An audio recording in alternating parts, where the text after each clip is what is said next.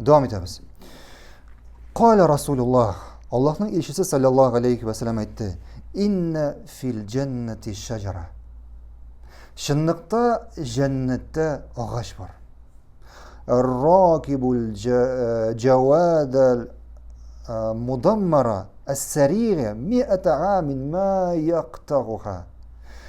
İretilgen tiz çabuş atına atlanan jaydak şu ağaç tireli şavup, yani ikinci rivayettekiler şu ağaçın gülegesinden şavup 100 yıl şavup şu ağaçın uzmayacak. 100 yıl şavup şu ağaçını uzmayacak. Bu cennette bir ağaç.